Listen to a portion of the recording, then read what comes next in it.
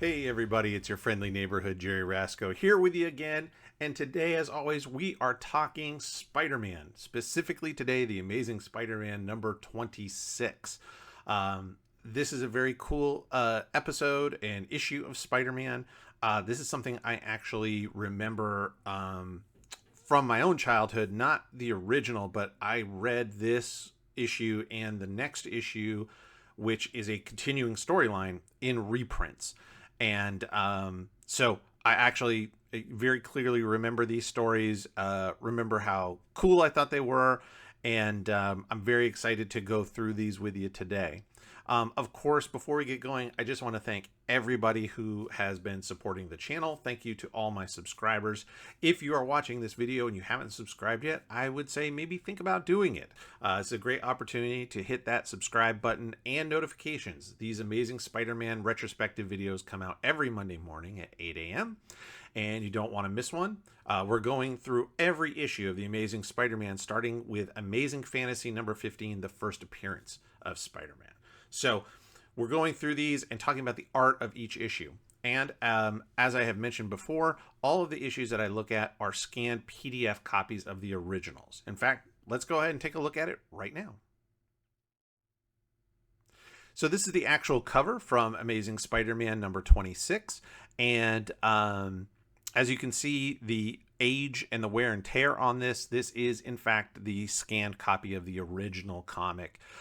This was done in 2004. Marvel Comics had put these together and put them out on a CD-ROM format that you could purchase and then have digital copies of these comics all for yourself. So that's what we're looking at today. Looking at the cover, I think this is an okay cover. I like both villains being involved because both are part of this story arc. You've got the Green Goblin and this new character, the Crime Master. So, guy in a suit with a fedora and a mask and a gun. Very reminiscent, I thought, of an earlier character we saw called the Big Man. And the Big Man was a guy involved with organized crime. He was trying to take over the organized crime in New York, and he also had a suit with a mask, a different kind of mask, and a fedora, and was kind of your gangstery kind of criminal. It turns out he was a reporter from the Daily Bugle named Frederick Foswell, and he also plays a role in this story. So the question becomes, right, this is the mystery, and we'll get into that very quickly, of who is the crime master. Is it Frederick Foswell? So like I said, I like this from a visual standpoint. I felt like the figure of the crime master is good in that he's very large. However, I did feel like there's a lot of negative space that's just sort of there. So real quick, let me talk about composition and positive and negative spaces. So composition is the idea of where your elements in your piece of art are positioned in relation to each other and in relation to the viewer who's looking at it. So here, what you've got is, from a composition standpoint, you have the three characters, and very nicely, they are linked together, and they trail your eye from the top. So in theory, because we are from the Western society where we read from the top left across to the right and then down and across, so your eyes are naturally going to be drawn to sort of that top left of any page that you're reading. And you have this big red bold print of Amazing Spider-Man that should really catch your eye. Then this yellow on black printing of the man in the crime master's mask. We're going to see the Green Goblin, and you see like the things from, whether it's his arm, the sort of trail of his hood or cap or whatever that is, all kind of points back to where your eye would sort of come first, hopefully, of this Amazing Spider-Man.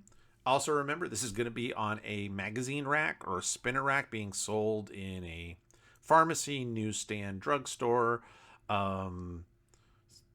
convenience store, you name it, right? So you probably would be stacked with other comics on top of it. So you might only see that little bit to start with of that Amazing Spider-Man and maybe the Green Goblin. So you pick it up and look at it, and now your eye goes to the Green Goblin, who is overlapped by these tendrils of this green smoke, which takes you into Spidey, which takes you to the arm of the Crime Master, who is there, and then his form and the shadows take you down to the bottom of the page, and now you turn the page. So from a composition standpoint, in terms of us moving our eye through it, that part is very, very good. When I say negative space, the things that we've drawn are positive. They are supposed to be things in 3D space. So things that you can touch, feel, etc. What we have for negative space is this empty space that's around in between the characters. And that's where, to me, this has a lot more negative space than it would need. Now, you could fix that in a couple ways. You could, instead of putting water back here, now they are in New York, so you can kind of see as the cityscape plays out, there's sort of like docks and things. Makes sense. New York is on the water, no problem. However, you could just put more cityscape behind them to kind of take up some of that space. You could do something just from a design standpoint with, some sort of pattern or something like that. You could do that. You could also readjust the figure some. So the Crime Master could be moved over to the right slightly. Spidey could be larger and overlapping. So the Crime Master is overlapping him a little more, with the Goblin behind then even being slightly bigger and lower. There's ways that you could take up some of that space. But here's what I think. So we know that Steve Ditko, the artist, drew the cover, but he wasn't necessarily involved with the lettering, or what you would call the copy that is on the cover. So he knows that every cover is going to have the same Spider-Man, Amazing Spider-Man title at the top. So he's going to start his drawing from that area down, but he doesn't know what other blurbs they're going to put in there. And so that he might have just been giving them space, because we know that they like to put a lot of word balloons on the covers. We've seen those in the past. The Man in Crime Master's mask. Will Spidey escape this one? With two villains at his, after him, does he even stand a chance? Like, there could have been more in there. So maybe Steve Ditko was just offering up space for that, and it wasn't used. I don't know. But again, just looking at it with a modern eye, there's a lot of negative space that could be taken up, and we could do something with it. So let's turn the page and we'll get into the story. Again, we have a splash page from number 1, and we note here down in the credits, this is not only drawn by Steve Ditko, but plotted. And we talked about this in past issues. What does plotting mean? So again, there's a couple terms in terms of that we use in comics when it comes to writing comics. So you can have a writer, which is someone who writes a script that has everything. It has all of the direction. So it's going to tell you, Panel 1, Spidey swings across the cityscape. Panel 2, he sticks to a wall, talking about he's looking for some bank robbers. Panel 3, from behind, Spidey's looking down. He spots the van driving away quickly. Panel 4, Spidey leaps from the wall, shooting webbing at the van so that he can try to capture him. That would be like what would be called a full script. That writer is telling the artist how many panels I want you to do on the page and what's happening in each panel. And then that writer would also write the dialogue. So whatever Spidey's saying in his head, whatever narration there is, they would write that. That is called script. That is called, it's writing, and what we call full script. What happened here was the artist, Steve Ditko, Jack Kirby also did this, and then later many, many other artists have done this. The artist kind of came up with the basic storyline, and that is a plot. So the plot doesn't give you the details of Spidey on a building, what angle he's looking at, that sort of stuff. The plot is Spidey is swinging. He knows there's bank robbers. He attacks the bank robbers to try to stop them. The bank robbers get the upper hand on Spidey, and then he manages to break out, and this is how it works. That's the plot. And that's what Steve Ditko did here. He came up with a plot for this story, and then he drew it. He drew all the imagery based on that. And then Steve Ditko looks at the imagery, and of course, hopefully, I know there's some communication issues between the two that were kind of coming to a head around this time. But in theory, the scripter. So you notice here in the credits, it does say this is scripted by Stan. Those two would look. He would know what the plot is, what the general throughput of the story is, the through line. Look at the art and then say, okay, so here's what they're saying in each panel. And that's what a scripter does. They come up with the word balloons, the thought balloons, the narration to help explain what you're seeing to the reader. So that's what's done here. And again, this is the second issue where Steve Ditko has received plot credit. So he came up with the through line of this story, and then Stan Lee provided the dialogue. And this is where I mentioned, we talk about Frederick Foswell. So Frederick Foswell was a guy who was a reporter who was trying to be a criminal and used his reporter contacts and the I guess the leverage it gave him to try to become a criminal himself. So he went to jail and he's come back, and now he is again working at the Daily Bugle and has been for a while. Peter doesn't trust him, of course, and now you have these multiple criminals. First it was just the Green Goblin, now it's the Goblin and the Crime Master, and they're both people with secret identities. Could one of them be Frederick Foswell? And that is part of the storyline here. So this jumps into right from here, following up directly after issue number 25, in that Peter has lost all of his Spider-Man costumes. J. Jonah Jameson had one, and Aunt May found a second one that he had and threw it away. And so now he is a Spider-Man without a costume. Down here, I really like this. I mentioned in my notes here,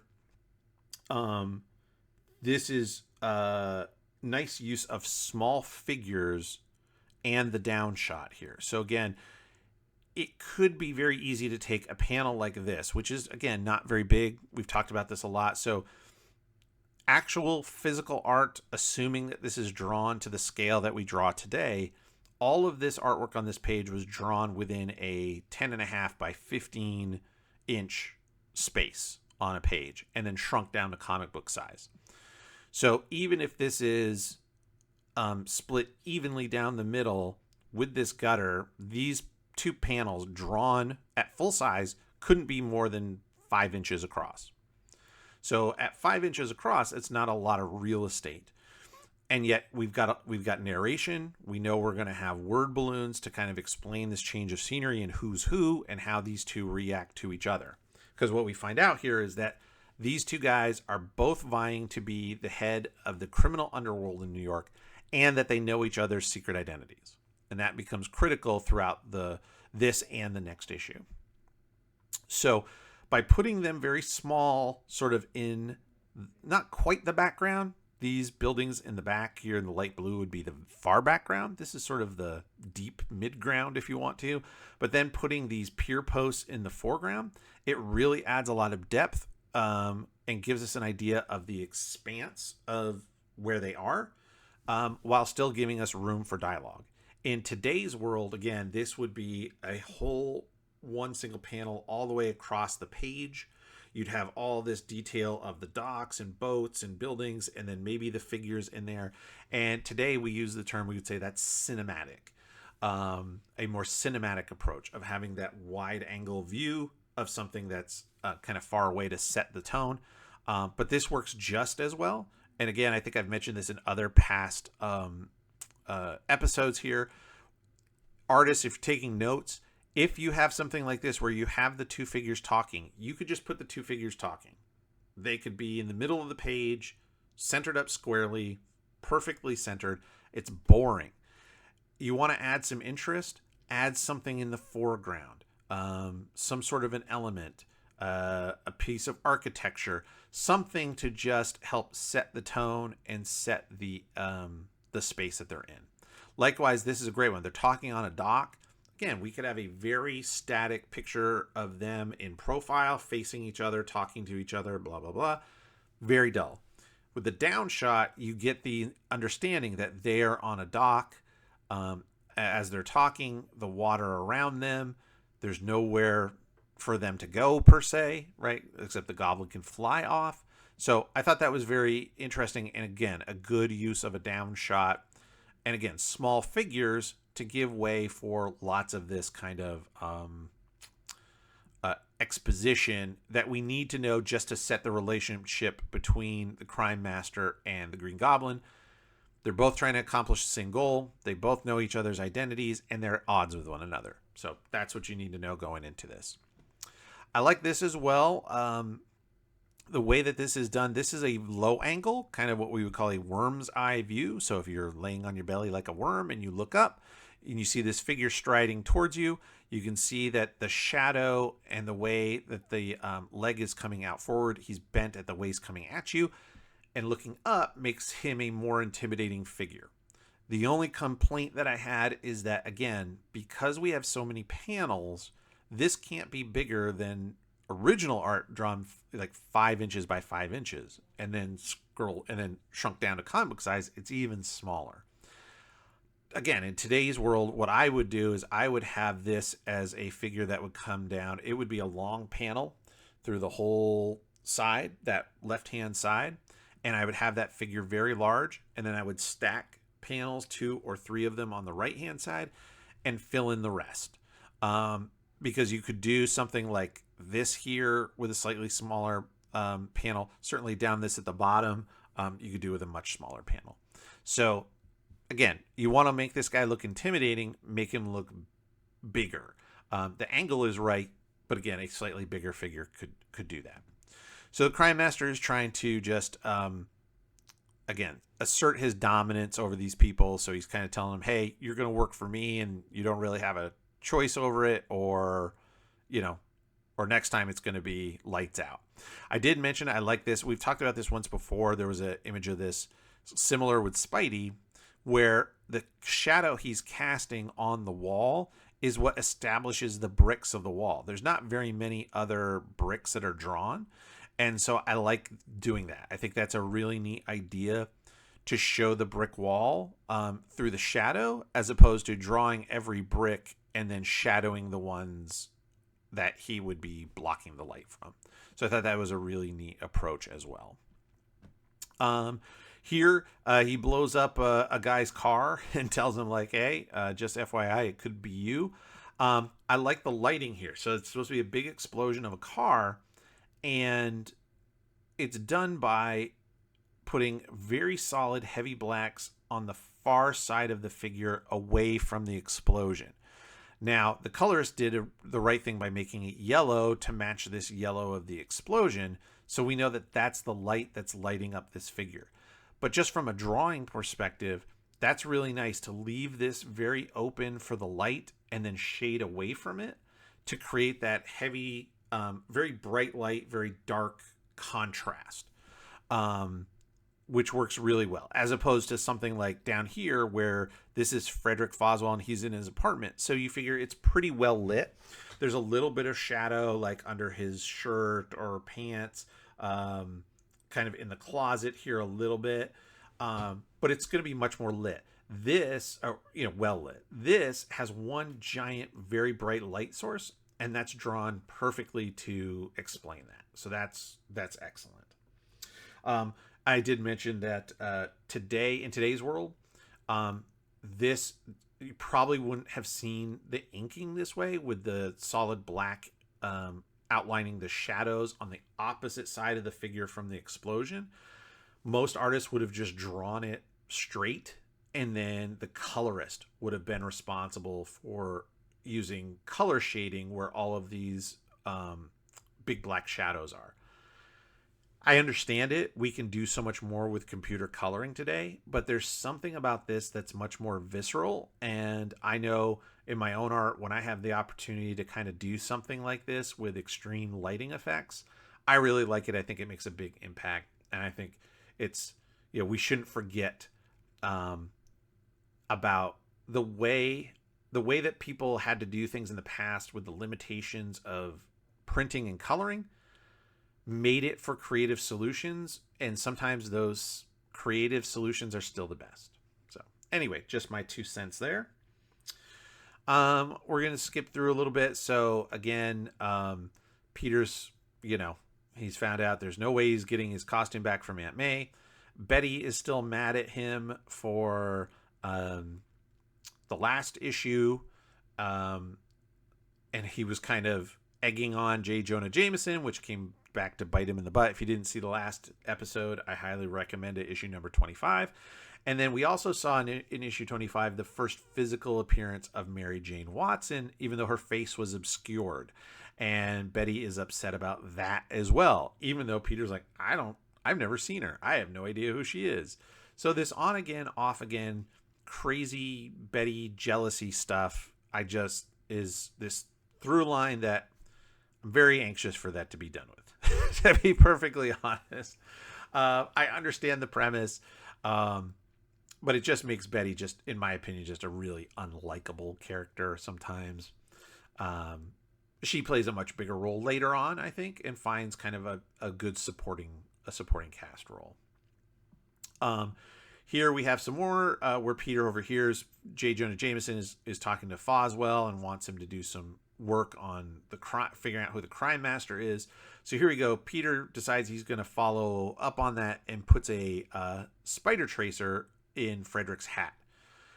I like seeing the technology come back. I like seeing the spider tracers still part of the mythos that he's using as part of his powers. We have a hubbub and a blow up with Flash and his friends, who still think, want to tease Peter, pick on Peter. Flash is constantly threatening to beat him up, and Peter's finally like, all right, I've had enough. Everything's going against me today. I've had enough. And he starts taking on the whole crowd and doing okay until he, catches himself and goes, ooh, man, I almost blew this and kind of exposed myself as not exactly who I say to I am. And this all comes to a head, and then Liz Allen runs away. So maybe we're seeing the end of the Liz Allen triangle with Peter, even though he really hasn't had that much interest in Liz at this point, but it is what it is. Again, a few little things here. Flash, steps up. He's not actually such a bad guy necessarily. Crime Master is doing more to cement his role as the head of the organized crime in New York. J. Jonah Jameson is bragging that he's going to be able to figure this out. He's got, Foswell on the case, and he'll, be able to expose everything. And then here we go. Peter buys a store-made Spider-Man costume. So part of me was always like, okay, I get it.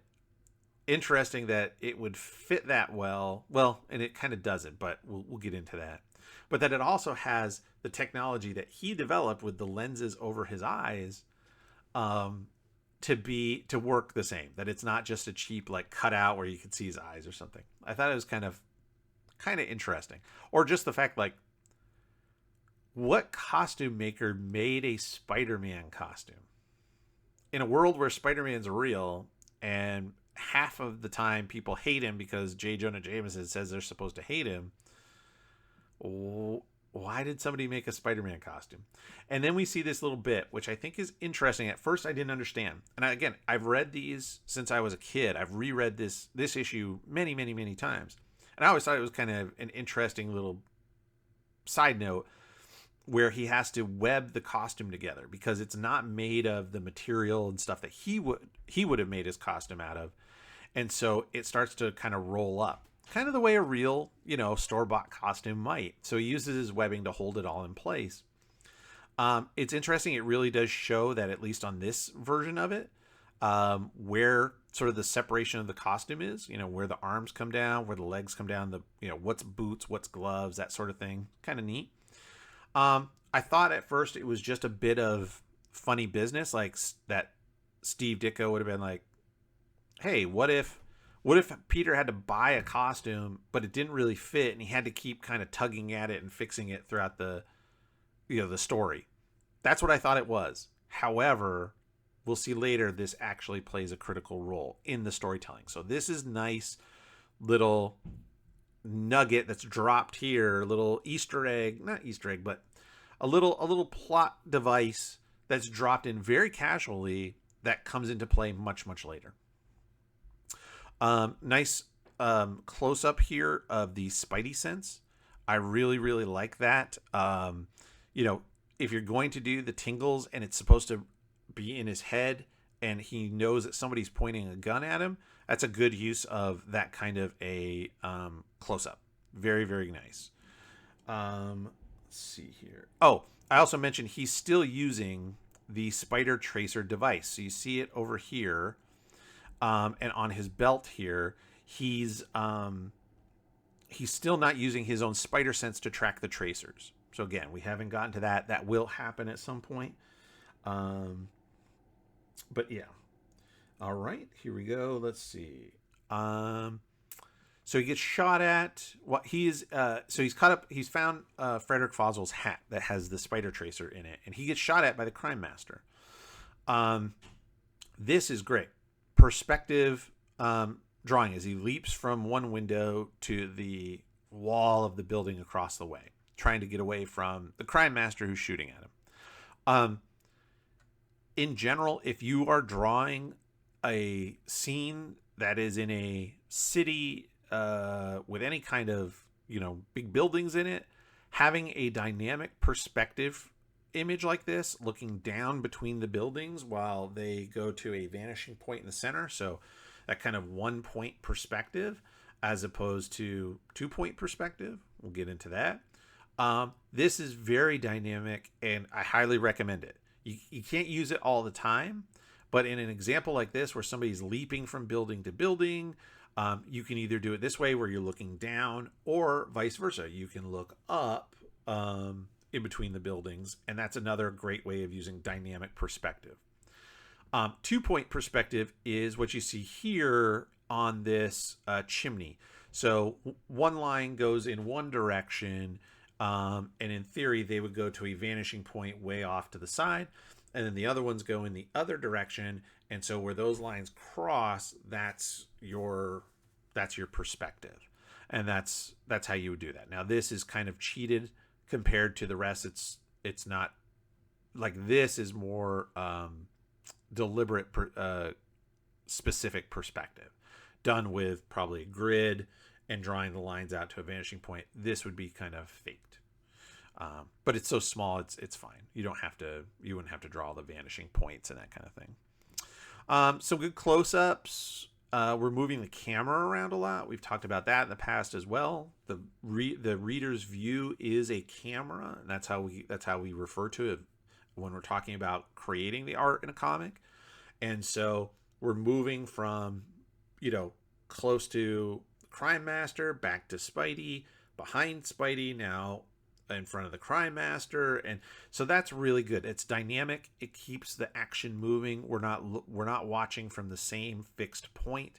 And so that is a really, really good way to keep the visual interest and excitement going. Spidey gets gassed, and it's like a sticky kind of smoke apparently that sticks to him, and he can't breathe.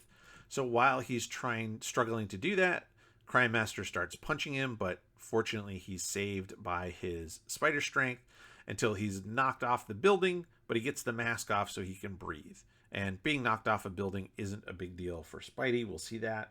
I did note another detail. The costume is now starting to come loose again. So you see it here on this foot and on this arm.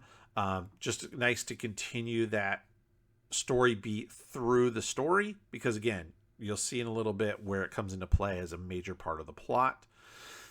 This is a nice image of the crime master.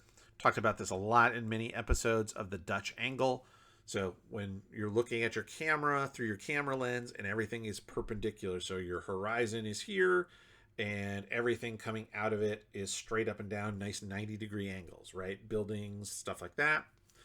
A good way to add drama to something is to take that 90-degree angle and just turn it either way, and it creates a more interesting dynamic position, so that we're not just sitting in a straight up and down position looking at this image. If our eyes are the camera, we're down kind of on the building looking up at an angle. So that's a really nice way to do that. So Spidey is falling, but now he's gotten some air. He can breathe again. He zips out his webbing and saves himself. So now he goes back, lost the guy, but now he's going to have to find out some other stuff. So he's going to go to the Bugle. But again, he takes time to web up his costume that's come loose. So I think that's pretty funny. And he mentions, so there we go. So he does that. And he doesn't even mention it. Like, he doesn't say, oh, he's just doing it. This is another nice thing to do. So as an artist, sometimes we get caught up. I know I do sometimes when I'm working from somebody else's script in trying to have the character do exactly what they say. So if the character's talking, like in this case, he's talking about who was the crime master. Could it be Foswell? There's no way for him to know. He's going to have to go see, maybe he's at the Daily Bugle and go try to, address this and try to figure this out. Now, he could be shaking his fist. He could be rubbing his head. He could be doing all kinds of things. But here in this action, he's doing something that's totally unrelated to what he's talking about. He's webbing up his costume. That's nice visual storytelling. So it's very easy. We all do stuff. If you have somebody who's sitting at a desk talking to another person, something that people do, they could be chewing on a pen. They could be just playing with the pen. They could be gesturing with it. They could be drinking a coffee and the steam's coming up. There's all kinds of little things you can do to add real characterization to your images. This is a great classic Spidey swinging pose. We see this all the time. This is one of the ones, in fact, in the movies, they use this pose constantly. I can picture in my head exactly the Sam Raimi first Spider-Man movie and, Tobey Maguire in his Spider-Man costume swinging in this exact pose. So there you go. This is classic, and we're seeing the origins, of where that came from. So Spidey comes in here. He can't find any information. He decides he's going to confront Jonah about the costume. So in the last issue, Peter had to ditch his costume to escape a situation, and Jonah took it, but he doesn't have it. The scientist he was working with has it. So Peter's like, all right, now I'm going to head out. And he mentions that the mask is now coming loose where it connects, on the neck. So again, he mentions here, I'm going to web it up and it'll stay on until my webbing dissolves. There's your big plot point. So he swings off, costume's all good, and they're just addressing, this is more talking heads about the crime folks, the mob people. Are they going to do it? Are they going to agree? They finally go, okay, we'll bow down to the crime master. He's got enough, he's threatened them enough. He's pulled enough strings. They're gonna work for him. And then cops find out, so there's going to be a thing. Green Goblin and Crime Master have a conflict here. They decide it's time to attack each other openly, get into a fight. Neither one wins. Goblin decides to run away. This is a great image of the Goblin face. We see a lot of him kind of small, flying around, zipping around on his glider. But this is a nice example of where we do get to see it really large. The big eyes, the big ears, the scales, the scaly skin. Just a really neat design. And I know there's people that probably would say the Green Goblin is Spider-Man's Joker, but I think he's definitely an original. And for me, I think it's just an awesome design. And just for whatever reason, so opposite of Spidey.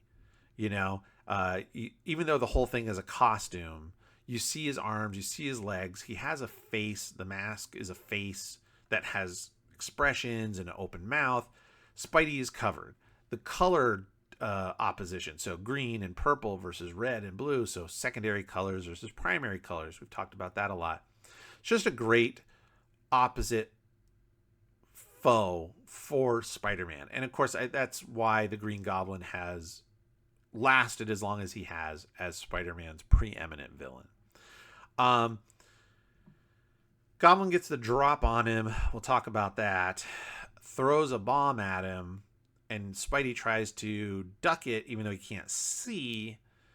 but the bomb blows up. So first thing I want to do is I want to mention this image of the bomb exploding, very similar to the one we looked at earlier where the guy's car exploded. Real nice use of positive and negative space. So what he's done here is all of the shadows are negative space, or I'm sorry, are the positive space, and you can essentially create and show the form of the figure just with these big black shadows and letting the other space around him define the form of the figure. So it's a nice opportunity to do that. The radiating lines here of the blast. It's a very nice, it really emphasizes that this is a big, bright, big explosion, loud explosion, and completely knocks him unconscious. Okay. Now, here's a piece I want to talk about real quick. His Spidey sense goes off when the Goblin throws a bomb at him. So he knows where the bomb is. He's going to web it up and try to use and fling it away. And he doesn't quite make it, but it saves him from getting killed, just knocked out. So the Spidey sense works here. But the Goblin flies up above him, presumably either shuts off the engine of his glider, or the glider has, I think the glider does have vertical capabilities, drops straight down on Spider-Man and hits him in the back of the head. Where was his spider sense? So the spider sense will warn you about a pumpkin, but it won't warn you about a grown man falling on your head. That seemed odd to me, but I understand the premise of the story. If Spidey's spider sense worked all the time in the stories, nobody would ever get the drop on him. And the key here is, for the story, they have to get the drop on him, because that's what's going to take us into the next issue. We'll see that. I feel like there's maybe ways it could have been done, but it's so far, really, they've just been sort of inconsistent when it comes to how and when Spidey's spider sense works. That's my opinion. I think we get more consistency later on. Now, we've been talking about the through line of the loose costume. Spidey's costume is store-bought. It keeps coming loose, and he has to web the components together to keep them from falling down, or the body riding up, all that kind of stuff. So here, the Goblin decides he's going to take his mask off, but it's stuck. Because remember, Spidey had to web his mask on so it wouldn't come off. And that's the whole reason. So my guess is, again, this is just me. I've written my own comics. I've written other comics for people in the past. I don't claim to be a great writer personally, but I have some experience with it. And here's what I think.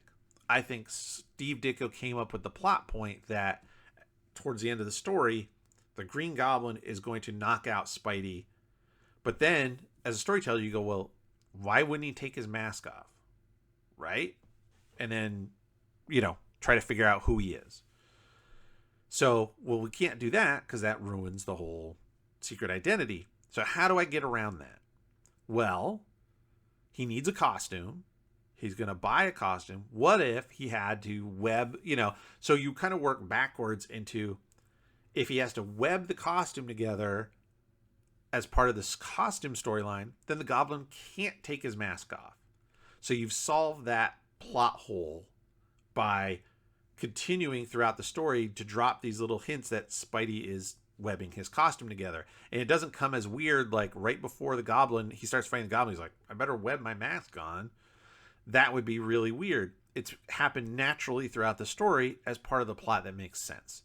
So that is really nice storytelling. And again, that's definitely part of the plot that Steve Ditko would have had as the through line of the story. So here we go at the end.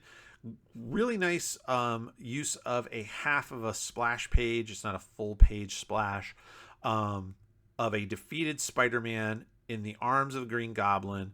Crime Master is going to, he's trying to consolidate his leadership and who walks in behind him, but the Green Goblin with a defeated Spider-Man, and he is going to use this victory to try to wrest power from the Crime Master when it comes to the next issue. So there we go. So we have a story that is ended. It's not complete, right? We got letters, and ads, and we're at the end. So let's get back to the desk and we'll wrap things up here. So there we go. So the story ends in this issue on a cliffhanger with Spider-Man being captured by the Green Goblin in a very, very nice half splash page with a really great detailed Green Goblin. Great body language there of an unconscious Spider-Man. The body just feels limp and heavy. Again, really hard to draw because we're so used to putting a body in motion. So to draw a body that's deliberately not in any motion is harder than you would think it is. So that part was great. And this goes right into issue number 27 with a straight continuation of the story. So really it's not advertised as a 2-part story, but it is. And also we're continuing to see those through lines of other plots. The whole thing about the costume being lost, the Aunt May taking one, Jonah having the other. So there's all these ongoing plot threads that are starting to pop back up, which I really, really like. I also noted, like I said, that the last 2 stories were both plotted by Steve Ditko, and they both seem reminiscent of kind of earlier stories. For me, the one we saw last time was a robot that was designed to attack Spider-Man based on being able to sense spiders. And he has to fight the robot. He gets grabbed by the robot, and he has to use his powers to disable, to gain access to the guts and disable it. Very similar to what happened in The Living Brain, which was another robot gone wild, attacks Spidey, kind of grabs him, and he ends up using his powers to disable the robot. And then you have here the Crime Master, which again has a lot of similarities to the story with the Big Man, another guy trying to, use a costume identity to take over the mob. Similar, not exactly, but it's kind of similar disguises. So it makes me wonder if just, those were stories that maybe Steve really liked and felt could have been fleshed out more, that if he had time to break them across multiple issues, he could do more with the story, as opposed to just a one and done where there's a beginning, a middle, and a resolution, and then we move on to whoever the next villain is next month. So I don't know if maybe that's it. Again, this is just speculation on my part that maybe Steve was like, you know what, I'm going to revisit some ideas that I liked, tweak them a little, and go into more detail with them, more depth. If so, it's great. I really liked this story. We'll see in the next issue. There's a lot of action in the next issue. I think it's really, really good. And I think you'll enjoy it as well. So I look forward to, again, bringing you an Amazing Spider-Man art retrospective video next week with issue number 27, the ongoing story of our Amazing Spider-Man. Thank you all for checking out the video. Thank you for subscribing to the channel. I appreciate all of your support, and we'll see you next time for more Amazing Spider-Man. Thanks.